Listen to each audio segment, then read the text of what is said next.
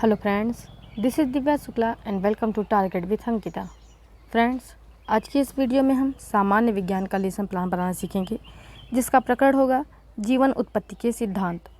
Friends, इससे पहले हमने और भी टॉपिक पर वीडियो बनाकर अपने चैनल पर अपलोड कर रखे हैं। अगर आपने उन वीडियो को नहीं देखा है तो मैंने डिस्क्रिप्शन बॉक्स में लिंक दे रखी है, आप वहाँ से जाकर उन्हें भी देख लीजिएगा। और अगर आपको ये वीडियो पसंद आए तो इसे लाइक, शेयर और चैनल को सब्सक्राइब करना बिल्कुल मत भूलिएगा। तो चलिए बिना किसी देर के इस वीडियो को शुरू करते हैं। पाठ योजना का निर्माण करते समय सबसे पहले आपको पाठ योजना संख्या लिखना होगा। उसके बाद में छात्राध्यापिका का नाम लिखना होगा। उसके बाद संस्थान का नाम लिखना होगा और उसके बाद में विद्यालय का नाम लिखना होगा। यहाँ पर उस विद्यालय का नाम लिखा जाएगा जिस विद्यालय में आप टीचिंग के लिए जाएंगे। इसके बाद में आपको हेडिंग डालनी होगी कक्षा, दिनांक, कालांश, समयावधि, विषय और प्रकरण।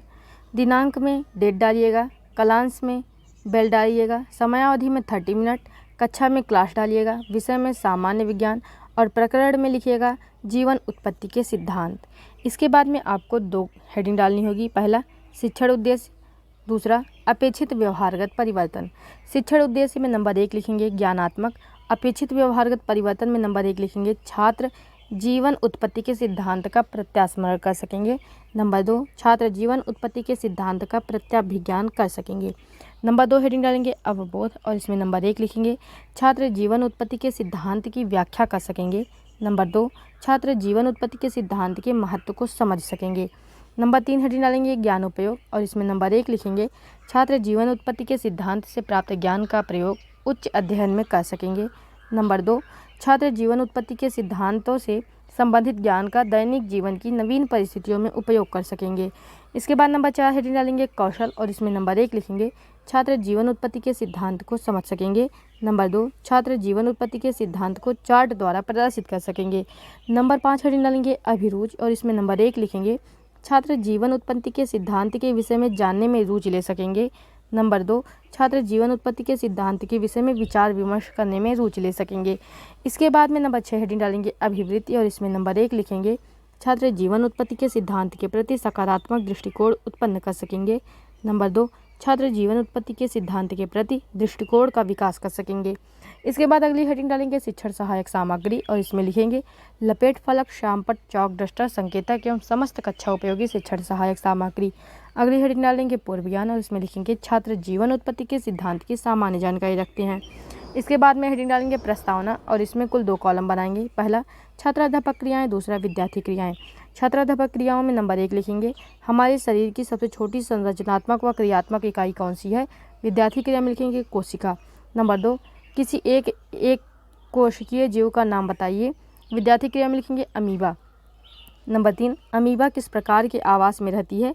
विद्यार्थी क्रिया में लिखेंगे जलीय आवास में। नंबर 4 अमीबा की उत्पत्ति किस प्रकार हुई। विद्यार्थी क्रिया में लिखेंगे जीव विकास के सिद्धांत से। नंबर 5 जीवन उत्पत्ति के सिद्धांत के बारे में आप क्या जानते हैं। विद्यार्थी क्रिया में लिखेंगे संभावित। इसके बाद में उद्देश्य कथन हेडिंग डालेंगे और इसमें लिखेंगे आज हम जीवन की उत्पत्ति के सिद्धांतों का विस्तार पूर्वक अध्ययन करेंगे। इसके बाद में हेडिंग डालेंगे प्रस्तुतिकरण और इसमें कुल 5 कॉलम बनाएंगे। पहला शिक्षण बिंदु, दूसरा छात्राध्यापक क्रियाएं, तीसरा विद्यार्थी क्रियाएं, चौथा विधि या प्रविधि, इसे आप शिक्षण विधि भी लिख सकते हैं, 5वां श्यामपट सार।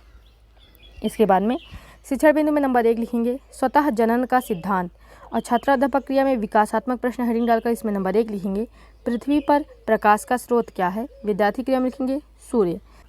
नंबर 2 लिखेंगे सूर्य का प्रकाश किस प्रकार पृथ्वी पर आता है। विद्यार्थी क्रिया में लिखेंगे प्रकाश किरणों द्वारा। नंबर 3 प्रकाश किरणों द्वारा कौन से जीव उत्पन्न हुए।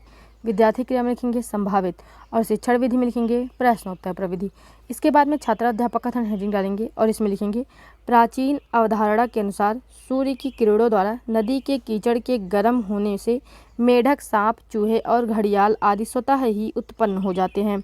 वान हेलमाउंट का कहना था कि पसीने से भीगी कमीज और गेहूं के भूसे को साथ रखने से 21 दिन में चूहे स्वतः उत्पन्न हो जाते हैं।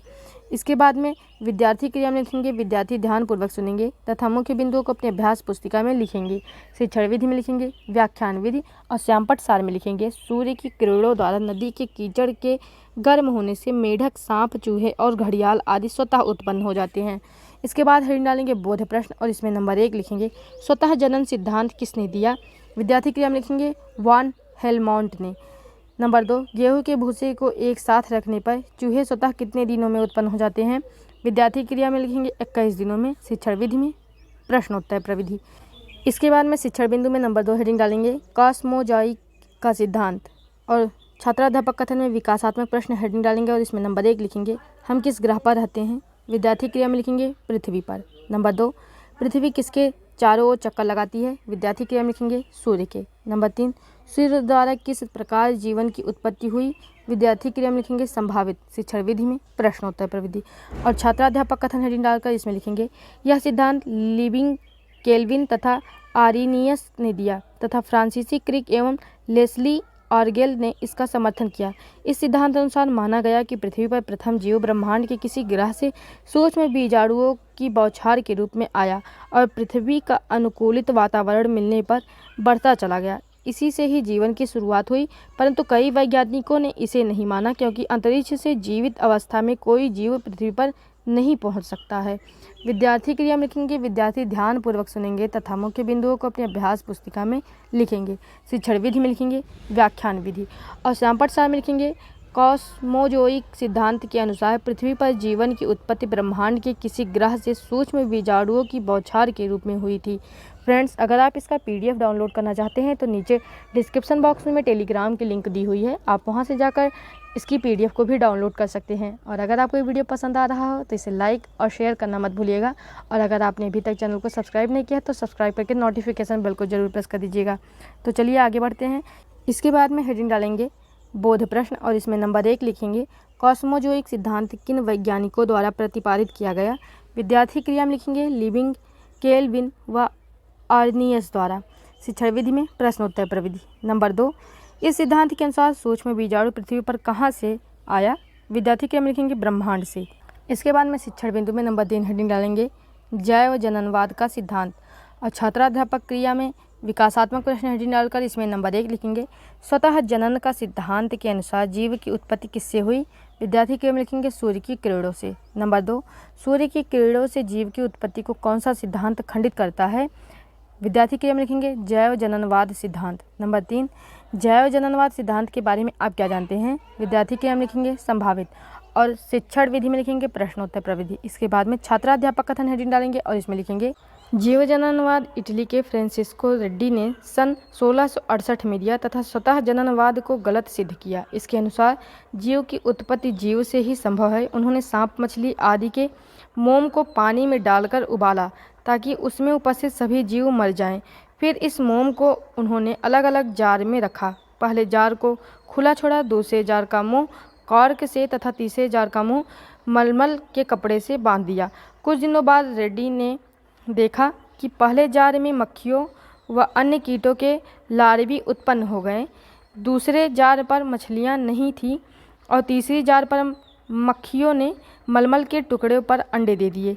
उनमें से केवल कुछ अंडे ही मलमल के टुकड़े से छनकर जार के अंदर पहुँचे तथा लार्वी में विकसित हो गए। इससे उन्होंने निष्कर्ष निकाला जीवों की उत्पत्ति जीवों द्वारा ही होती है। इसके बाद में विद्यार्थी क्रिया में लिखेंगे विद्यार्थी ध्यानपूर्वक सुनेंगे तथा मुख्य बिंदुओं को अपनी अभ्यास पुस्तिका में लिखेंगे। शिक्षण विधि में लिखेंगे व्याख्यान विधि।